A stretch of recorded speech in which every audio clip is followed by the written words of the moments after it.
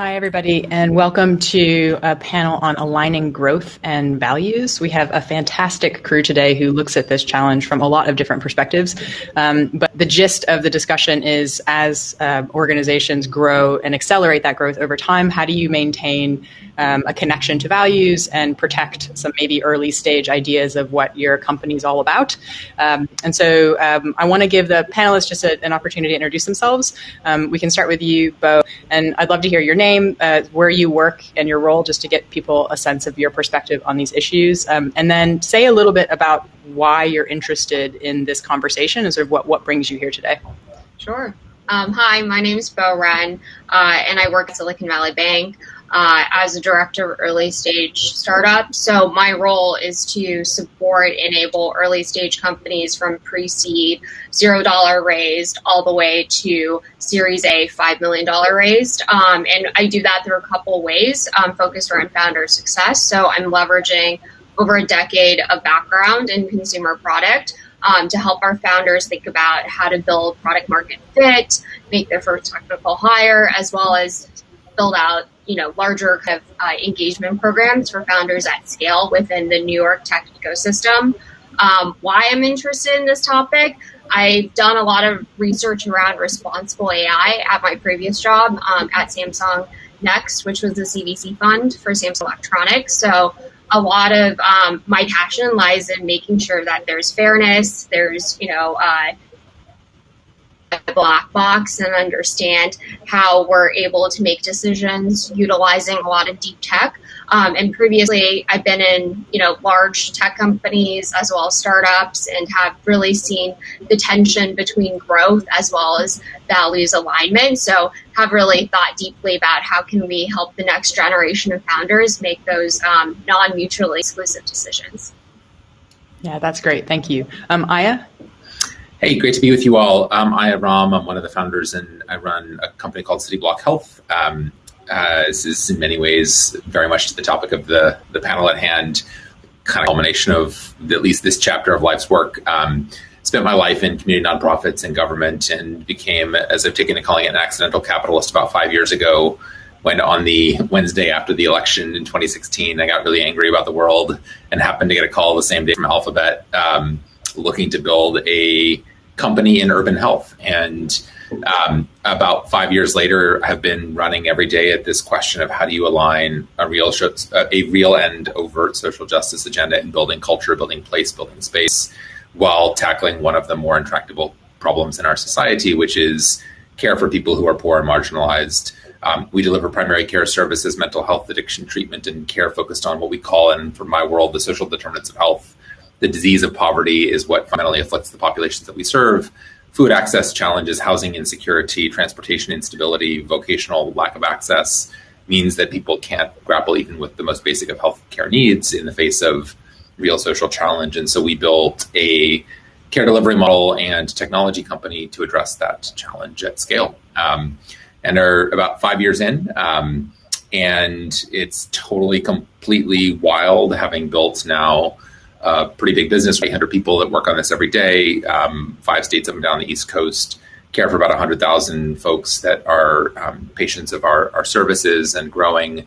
And I've been really fortunate, I think, to be really lucky, frankly, in being kind of right time, right place, and being able to say the things that we believe in the world, while the world was at least just like maybe starting to wake up a little bit. And I think in particular have been sort of really proud to be at the forefront of a capital markets push towards this space. And it's been fortunate for us that we've been able to raise just a click shy of $1 billion to focus on the problem. And in a short period of time, I think, which we can talk about Cityblock later, but for me is much more to the spirit of this conversation, I think a statement of the fact that I have like just a little bit of hope that maybe we as a world can start to tackle some of the things that afflict us as a country.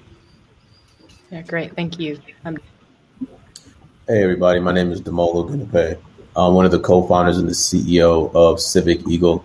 So we're a public policy data company. We essentially structure, aggregate, normalize public policy data across the country and soon to be the world.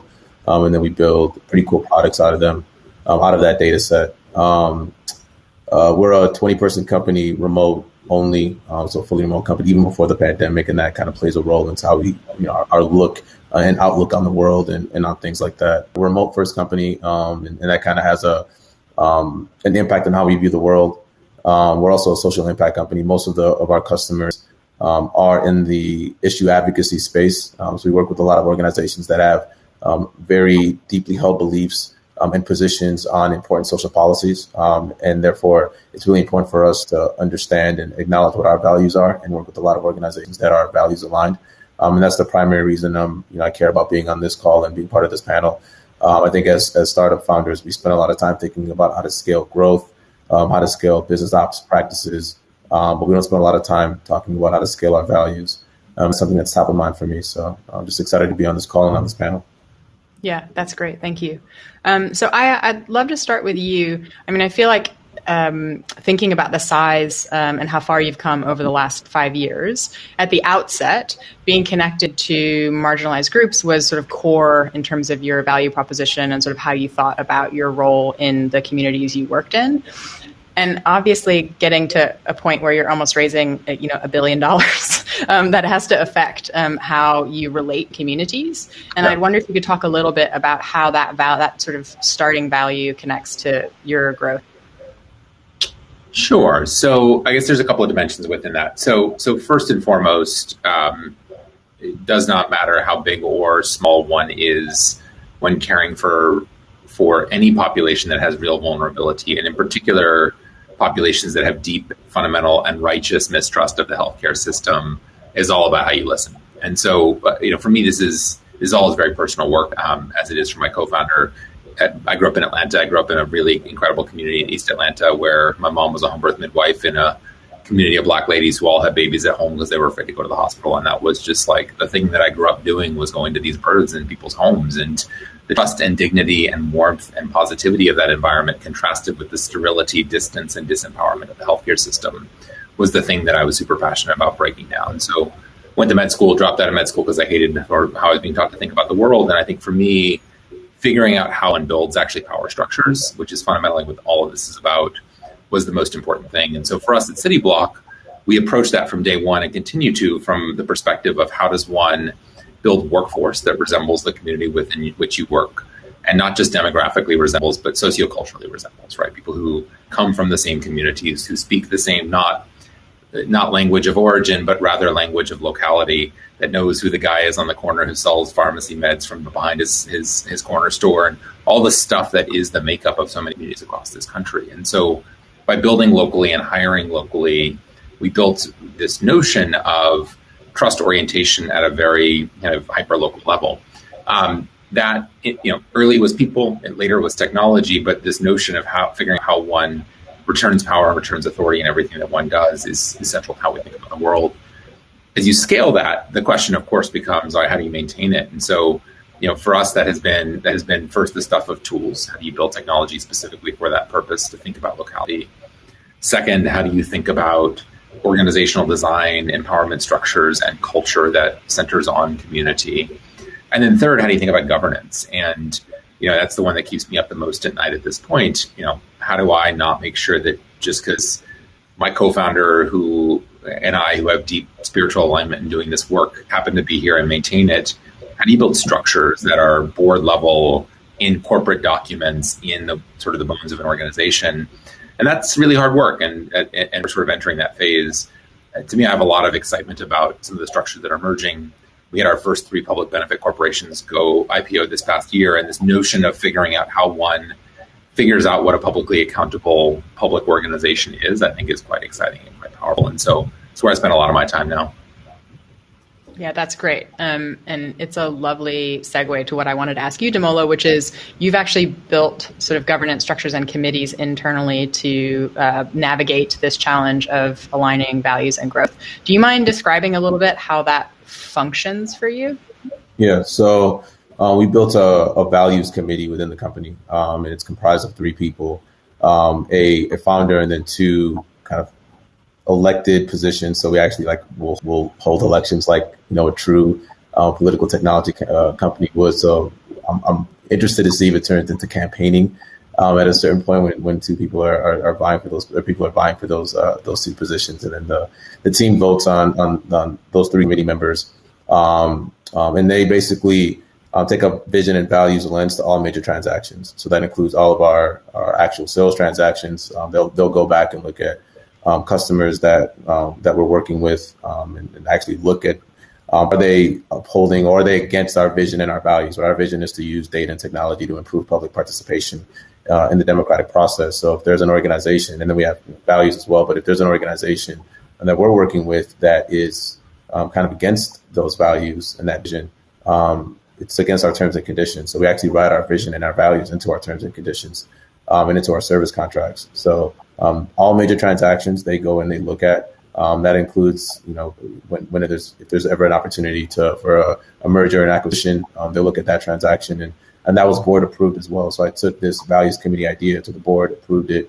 So it's a staple of who we are as an organization. And I think that values committee and having that kind of embedded within the organization, where it's looking at these major financial transactions, adding a vision and values lens, will allow us to stay in lockstep with our values and our growth. I think just speaking to values, but not applying our values to hard kind of gray area decisions was going to be me talking about them with no action and no muscle behind it. I'm not on the values committee. The values committee can actually supersede my decisions on things. That's how much we've empowered the values committee, and again, got board approval for that, so that we can make sure that they really do feel empowered to be able to make tough decisions that have a financial impact on the company. That's great. Thank you. And I feel like, so Bo, you have a lot of different experiences in your career. And I feel like both of these examples are for companies that start small with a seed of really sort of mission-driven, values-driven thinking. And I wonder if you could speak a little bit to the sort of other end of that, of giant megacorp X sort of reaches a certain point and says, maybe has a come to Jesus moment, as they say, or is trying to find a way to realign in some meaningful way. Do you think there's a point at which it's too late for the barge to turn if you don't have this kind of early stage thinking? Sure. Yeah. I always kind of give the analogy of neuroplasticity when it comes to setting the cultural DNA of a company. Obviously, it's easier to change direction when you're an infant, when you're in the adolescent phase as a company. But it's not impossible to really steer this multi-ton Titanic ship incrementally. It's just the order of magnitude and resistance gets harder and harder as your company scales, and as also the DNA starts to solidify from cartilage into full-on, backbone of the company. So my experience having been at pre-seed, early stage company to the larger big tech, Fortune 500 bank organizations has been a lot of marked by how do you think about change management? How do you think about behavioral change as a product leader? Is there ways that you can create incremental adjustments, whether that be through how you run a scrum meeting or a stand-up, to bring in stakeholders that may be behavioral scientists, maybe data scientists that are outside of your org, to kind of cross-reference and check the technical decision that you're making. So I think as a company, gets more mature over time, it's harder to change those levers, but it's not impossible. And you're going to have to tackle it piecemeal, as well as think about bringing in other stakeholders that traditionally may not have been involved at the infancy. Yeah, that's super interesting. So I also have some just more general questions for each of you, but I feel like you each just heard something really interesting from each other. So I wanted to take a pause. Do any of you have questions for the other based on what you're hearing in their responses?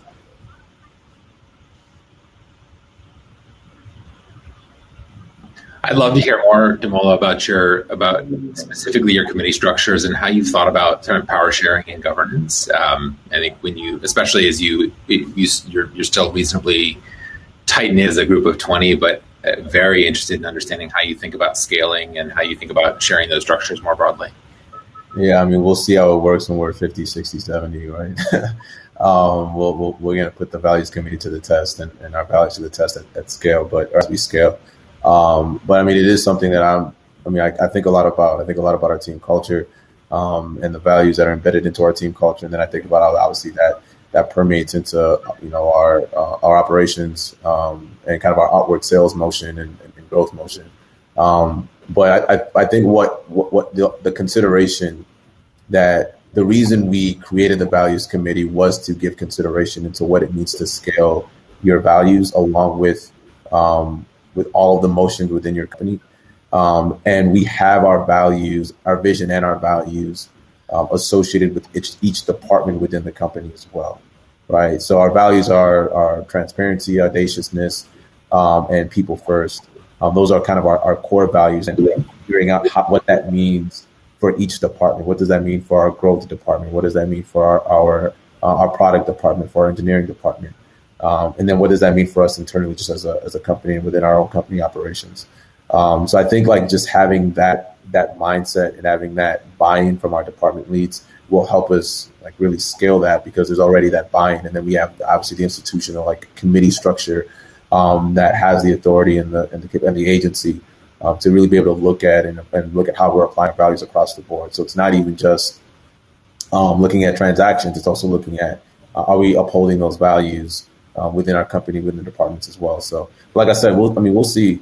I mean, you talk to me a year from now and we're at 40, 50 people, and that just didn't work out. But we're giving it a shot, and we're hoping that we get good results. We're trying to imagine what a campaign to be elected to the values committee would look like. We saw it this week a little bit, where somebody was kind of having side conversations like, kind of like to be elected or be elected to the values committee. So it'll be interesting. That's so interesting. And I wonder, have you all seen, I'm sure you have, but examples in your own experiences in work environments where growth and values felt like a zero-sum game? Like to grow, you had to sacrifice values, or to stay true to your values, you actually had to sacrifice growth? Well, for us, we say values over. So values over revenue opportunities, values over pride, values over, doesn't really matter, but values over. So there is no, it's not zero sum for us, I guess, because it's value. Well, I guess it is zero sum, but it's just values over, whatever that other variable might be. It doesn't matter. It doesn't even come into consideration. And that's the commitment. The hard part is when there's a bit of ambiguity. If it in that gray area, the tough decisions, like is this really against our values? Like not really knowing is the tough part. And we like that gray. We love that tough part. Like I tell my team to lean into to those really hard decisions, because I think that's what ends up making us tougher and special, and just the ability to kind of continue to persevere and have that grittiness. So I try to make sure that when there's we are having those tough conversations, that we don't run away from them. We really double down and like work through them. And if it means that we don't have an answer, that's okay too. We can always come back to it. But I try to really force the team to lean into the tougher values questions, and those are the ones that are more so in the gray area where we're unsure. But when it's like, this definitely is against our values, we're not gonna take that revenue, that extra dollar, or have that teammate or whatever, that high performing teammate that still is a good values fit. It's when it's ambiguous. It's when it's really, really tough. Yeah, interesting. I see some vigorous head nodding. Do you have opinions about this sort of zero-sum dynamic? Look, I think I agree with everything that's been said. I like the premise of values over. We've not been that overt. What I would say is that from my perspective and experience, it ends up being a fundamental dynamic of the org that you're building anyway, right? The notion of setting values aside and going faster. And I can talk about a couple of places where we've done that and learned the hard way that it doesn't work. Pulls you back at some point anyway. So let me give you a specific example. We committed as one of the tenets of bringing one of our values to life.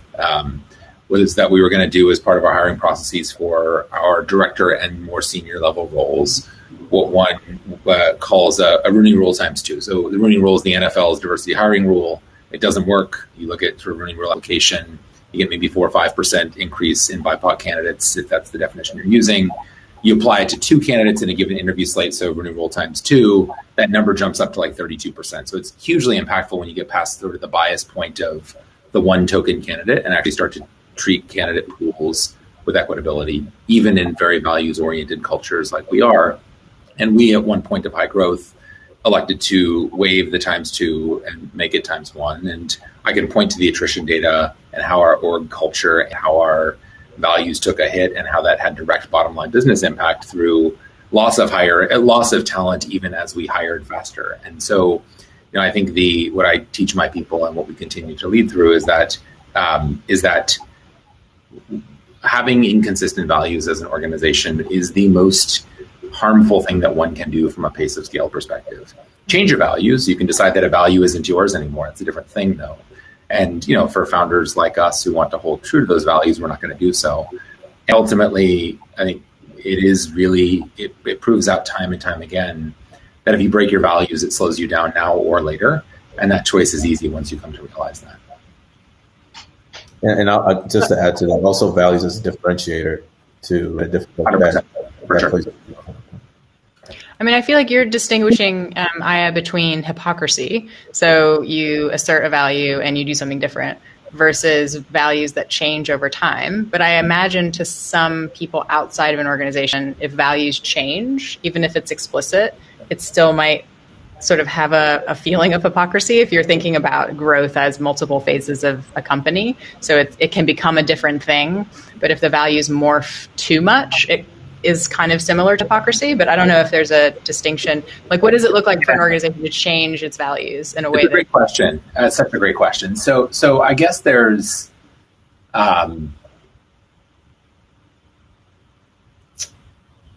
I think there's like two dimensions to this, and it gets very much to the core of some of my interest in how one thinks about governance as you think about next phase of scale of growth. So we changed our value system 2 years in. I would argue that was actually quite positive for us because our value system in our first iteration was 13 values. They were complicated. Nobody could remember all of them. People picked and chose their 5 favorites, and so everybody was then anchoring onto a slightly different value system. Some people anchored into the things that felt more like early startup culture. One of them I still wear on my wrist. It's "Just keep swimming," the Finding Nemo quote. And that's great when you're a year or two, but that actually can't be "Just keep swimming" when you're 5 years old. Other people anchored into our commitments around anti-racism as a value set and got really upset when we just kept swimming. And so we changed them to 5 core values at the beginning of year 3. It's actually one of the more powerful things that we've done because we were able to isolate out as we grew up and matured as an organization the things that were really, truly important to us from the things that were nice, pithy statements that we cared to do on a hard day at the beginning. And then you can start teaching them within your values because, by the way, teaching people 13 things is impossible. And so teaching people from within a core value set of 3 to 5 sort of attributes of an organization is quite possible. But look, I would posit that they may well evolve again because I actually think that values are organic and values do reflect a shifting narrative of an organization at different stages and scale. And I think that that's healthy, which actually leads me to believe that there's an even more fundamental thing out there that I haven't found yet, which is like governance commitments or North Stars for an organization or some similar that are the rock solid sort of rights and wrongs of a place, right? I think we do not have, to use a specific example, we do not have our commitment to being an anti-racist organization as a value. It is just in the water. But our values anchor off of it. And so if we decide that our values aren't quite right and they continue to anchor off of that principle, am I comfortable with that? Probably. If our value set changes in a way that obviates that principle, probably not. And today I get to shape that as a CEO. Tomorrow, how do you make sure that lasts as organizations take on lives of their own? And I'm not sure is the short answer, but that's sort of how I think about it. And I actually do think there's sort of a transcendent space that we need to start to get into as organizations grow and evolve. That's super interesting. I mean, Bo, from an investment perspective, I feel like you must see those evolutions and have seen those evolutions in different parts of your career. Can you say a little bit about sort of how values change or how you see organizations change and their ability to navigate the way that values affect their decision making? Yeah. So I have noticed, similar to, a human life cycle, there's the different developmental phases of a company, and it's really easy to set those values and make sure everyone's super aligned and be kind of legit one phase, which would be like pre-seed to Series A, maybe B, and you're going to be able to galvanize the entire founding team to get behind those values.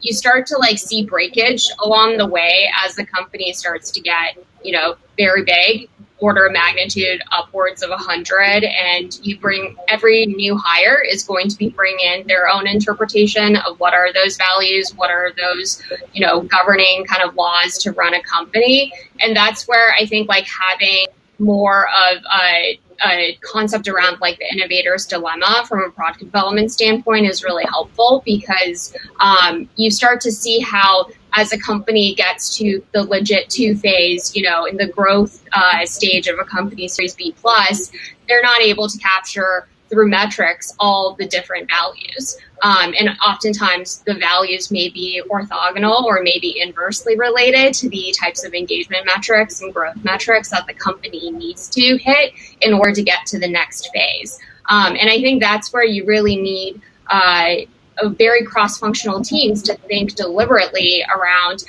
when you are trying to launch a new product, are there like harms models that you can start to test as a framework? Microsoft has a really great society and responsibility toolkit where they actually model a harm session with an entire engineering product research team before they launch, a VoIP product internationally. Think about how are the different ways that this product could adversely affect people across different languages, across different cultures, across different markets. And at that point, I think the frameworks alone are able to safeguard some of the blind spots of a large organization where, the metrics may not capture all the values. Everyone is kind of interpreting the values differently and want to really hit their North Star metrics for the sake of getting the company to the next phase. But you're able to also catch those, potential kind of blind spots along the way in order to scale the company to the next milestone. Yeah, that's super interesting. I mean, a lot of this sounds like inculcating your team with a similar sort of worldview in some way. I mean, in terms of how the company sees the world and what you prioritize. But a lot of that feels cultural more than sort of hardline policy. And I'm wondering, sort of thinking about it from the other end, like it's obviously not possible to have a values-based company where the individuals in it aren't understanding and sort of exercising those values day in and day out. But from the hard end of policy and sort of governance, I mean, it's been really great hearing, Damola, your example of a committee internally that's sort of has the power to say no. And I wonder if you all could speak a little bit to that. So sort of where is power vested, maybe Iyah, in a no at a board level or in the team level in terms of how you're able to sort of empower people to actually do things that may not be great for the bottom line, but are actually in line with value.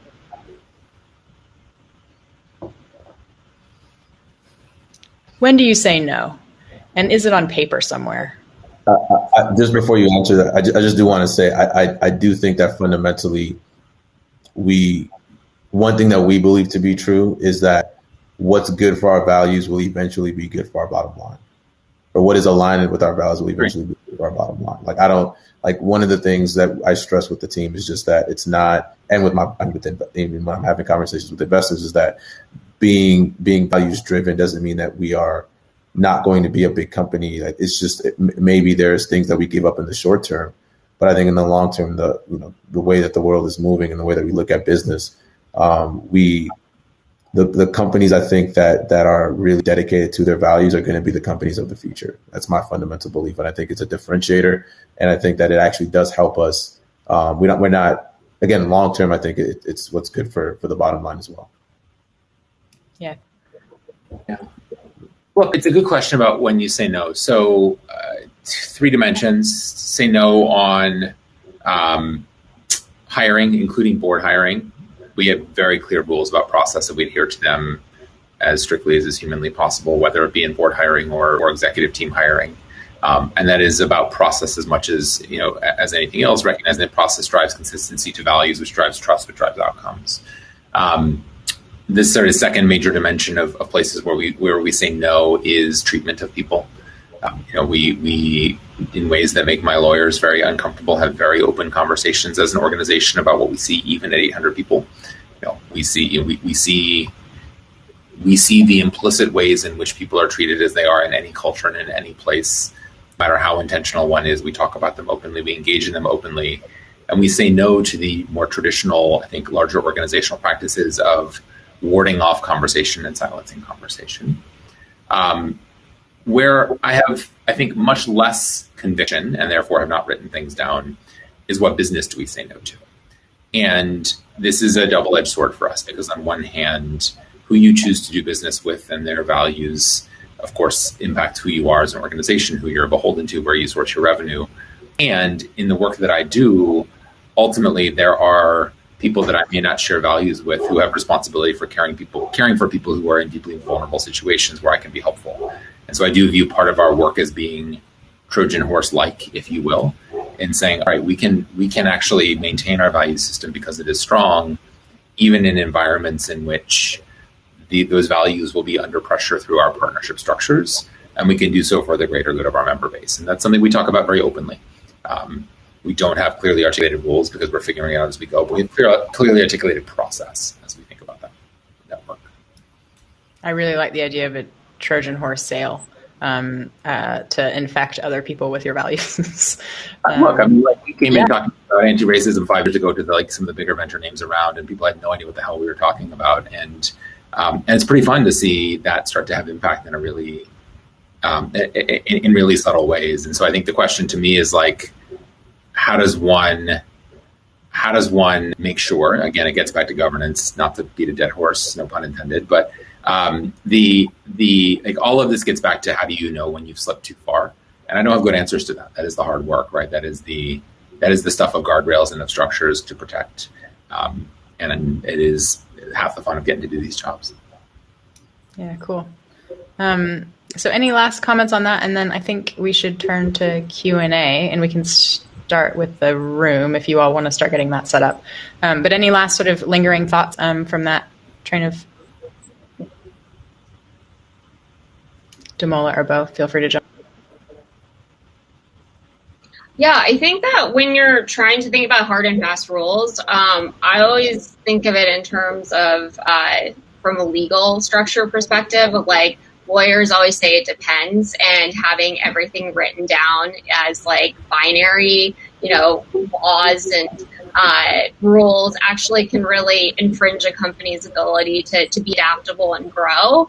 A lot of the types of steering committees, as well as, ethics review structures I've seen, actually operate more on a precedent-making type of model where you bring a specific scenario use case into play, and you're able to kind of think about the different, right ways and wrong ways that may have happened to kind of establish a precedent in the future as a case study for the rest of the company to really think about. And internally, I've seen a lot of AI research groups at large FANG companies publish case studies and share, what went wrong with this experiment from an ethical standpoint, what could have been better. And that's a really great knowledge base to share and help steer the company forward as they scale and grow, because that piece of writing will scale accordingly as well.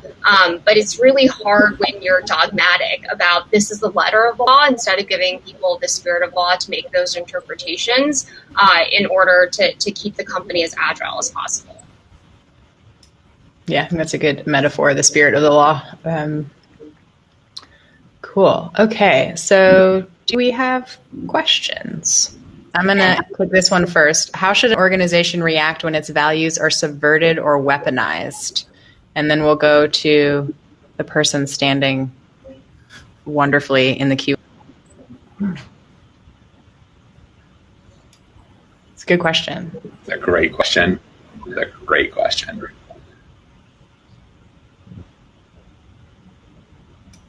Do you want to think about that one? And I will let the person. So I'm dealing with this. I'm dealing with this currently.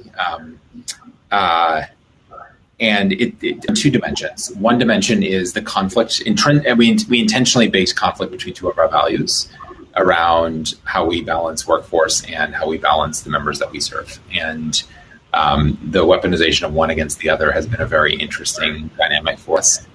And then the other is, I guess, something I can't give a specific example around, but a very public, very overt weaponization of another part of our value set. And there's no good answer to this whatsoever, other than authenticity and openness.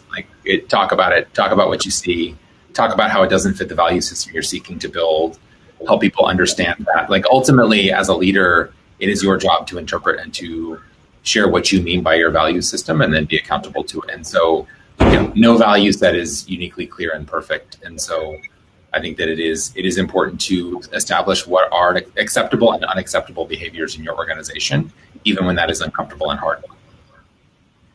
Yeah, that's a great answer. Damola or Ben or Bo, do you have anything to add to that? Create a value that is explicitly about not weaponizing values, I guess, is the is the solution that came to mind. I don't have a better answer to that. I see what you did there. You bent the spoon. I like it. I think my answer is a very PM answer, which is every value can be a value metric itself. And when you're setting metrics within a company, you start to see how over time metrics can cannibalize each other. And there are inverse relationships or correlations. And you really have to think about those values similar to how you're measuring the company too. It's there are imperfect values and just imperfect metrics. Sometimes, you can have vanity metrics. Sometimes you can have the correct metrics to measure the company. And I think when values do come in conflict, that's an amazing time to examine, are those two values compatible? Is this a one case scenario, or does one value supersede the other? In which case, I think that's actually a really clarifying moment for the organization in terms of, stack ranking, priority, in terms of measuring those values and metrics. So, very PM of an answer, but that's no. But I really like that idea of it's an opportunity to create clarity in a moment, and I think that's a really great answer. Cool. So in the room, someone very, hi. Hey everybody, thank you, Andrew. Yeah. This question I've been entertaining for about a year has been, what does life on Earth want the next generation of founders to learn? What skills, capacities, awarenesses ought to be cultivated in order to create and work and live in a more life-honoring way? So as it relates to growth and values, which is kind of philosophical and also very org dev practical, if you had a magic wand, are there books, are there trainings, are there experiences that you feel like the next founder raising money, building a team might benefit from prioritizing as they're doing their own self-directed learning? That's a great question. Yeah, that's a mic drop question. Yeah. So assuming we don't all have to learn all of this ourselves, and that there are other things that we can learn from, if you were to advise other founders, particularly, I like this idea of looking at it from 50 years down the line, looking back, what would we wish founders were considering when reflecting on growth and values? I won't speak to materials and stuff like that. I want to address that first point, or the first half of that question. I think there's we in the U.S. we live in and obviously the capitalist driven economy, and the way that functions within entrepreneurship is obviously shareholder value and maximizing that. I think that's changing. There's a lot of conversations happening about the way that we look at driving value, and that shouldn't just be obviously financial value for shareholders. It should also be generally stakeholder value and value for society as a whole. So I think the conversations are already happening. They've been happening, and I think the next generation of entrepreneurs are acting upon those conversations, right? And really looking at what does it mean to actually create value? And in this world and have that and have a lasting impact, and it just not be soaked into or drenched in just financial and economic value above all. And I think that's the main thing. And if we operate from that center, the kind of value that we create will be longer lasting, will be more impactful, will be better will be more equitable, as opposed to just driving towards economic and financial value. So again, I think those conversations are happening. I don't think we're saying anything that people haven't been talking about for the last, at least decade, if not more, if not longer. But what I am seeing and what I think will continue to happen, kind of waving, I guess the white magic wand has already been waved, is just us as the next generation of entrepreneurs and the generation coming up as well, acting on that and also holding the VCs and funders to account as well, right? And kind of pushing the market in that direction, because it's us as entrepreneurs that really build and create the future, and we can dictate what the financial markets do in terms of where they put their dollars and how they invest. So I think if we do that and we work again with also the customers that purchase our products, I think we'll all be better off. Yeah, agreed. So we are at time, but I want to give Bo and Iyah an opportunity to respond to that. And also Claire in the chat has 2 incredibly good questions, which I encourage you all to follow up either on Twitter or via the Run the World chat, because I think those are questions worth wrestling with. But Bo or Iyah, do you have any sort of closing thoughts on this question? What should we be encouraging other founders, entrepreneurs to be thinking about on this? Yeah, I mean, I have this book behind me that I've been referencing to a lot of the founders I talk to. It's called Ranged by Mark Epstein, and it's really a book about why generalists triumph. And when we're thinking about value, I think, the kind of human capital in which we measure founders by, especially how VCs evaluate what is a good founding team versus, a weak founding team.